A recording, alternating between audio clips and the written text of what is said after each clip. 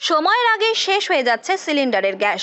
ভাবছেন এবার হয়তো অতিরিক্ত রান্নার কারণে সময়ের আগেই ফুরিয়ে গিয়েছে গ্যাস।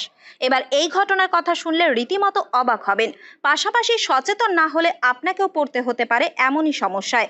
নতুন ভরা গ্যাস সিলিন্ডার থেকে বেরোচ্ছে জল। অভিযোগ জানাতে পরিস্থিতি সামাল দিতে নতুন সিলিন্ডার দিয়ে উপভোক্তাকে মানানোর চেষ্টা ডিস্ট্রিবিউটরের। আমাদের গ্যাস 1.5 মাস মিনিমাম যায় একটা সিলিন্ডার। এবার দেখলাম 20 দিনের মাথায় গ্যাস সিলিন্ডার শেষ হয়ে গেল। ডেলিভারি ম্যানকে ফোন করেছিলাম, ও এসে ঝাঁকিয়ে বলল এর ভেতরে তো জল আছে। সব অ্যাপ্লিকেশান করার পরে ও অ্যাপ্লিকেশানটা এখানে জমা দিয়ে দেবেন, গ্যাসের দামটা আমরা বাই ক্যাশ আপনাকে দিয়ে দেবো। আর এর ভেতরে যে জল থাকতে পারে we have no idea at all. এবং আমি যখন কালকে আমার বন্ধু মহলে আলোচনা করি, সবাই অবাক। ইম্পসিবল, গ্যাসের ভেতরে জল থাকতে পারে না।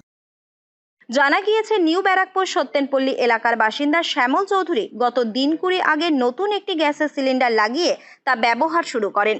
হঠাৎ গতকাল গ্যাস শেষ হয়ে যেতে সন্দেহ হয় শ্যামল বাবুর। স্থানীয় গ্যাস ডিস্ট্রিবিউটরকে বিষয়টি জানালে তাদের লোক এসে খতিয়ে দেখে জানান সিলিন্ডারের ভেতরে জল রয়েছে। এরপরই বিষয়টি জেনে রীতিমতো ক্ষোভ প্রকাশ করেন উপভোক্তা শ্যামল চৌধুরী। আমরা 20 দিন আগে শেষ হয়ে যাচ্ছে, 10 দিন আগে শেষ হয়ে যাচ্ছে, মনে করি এ মাসে একটু খরচা বেশি হয়েছে। বাট কারোর সিলিন্ডারে যদি 1 কেজি 2 কেজি থাকে, এই আমার সিলিন্ডারে যদি 2 কেজি গ্যাস কম থাকতো, তাহলে তো আমি বুঝতে পারতাম না, বোঝার উপায়ও ছিল না। আরও 10-15 দিন চললে আমার এটা ডাউটও হতো না। তো এইভাবে জানি না কত লোক ডেপ্রাইভ হচ্ছে।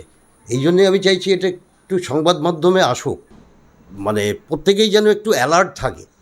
এবং মানে এটার মূল কোথা থেকে হচ্ছে, কিভাবে হচ্ছে, এটা যদি আপনারা এই তথ্যগুলো বার করতে পারেন।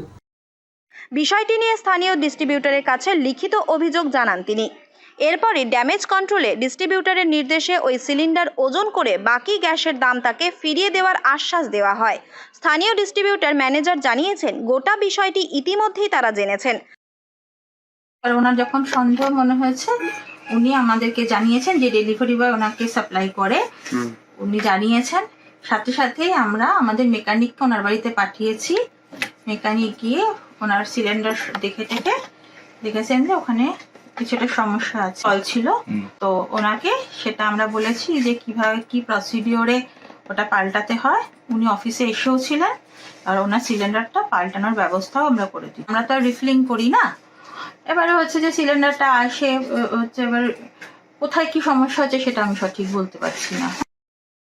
এভাবে গ্যাস সিলিন্ডারের মধ্যে জল থাকার বিষয়টি নজরে আসায় ড্যামেজ কন্ট্রোল করা হলেও বহু সময় গ্যাস শেষ হয়ে গিয়েছে ভেবে উপভোক্তারা গ্যাস সিলিন্ডার বদলে নেন।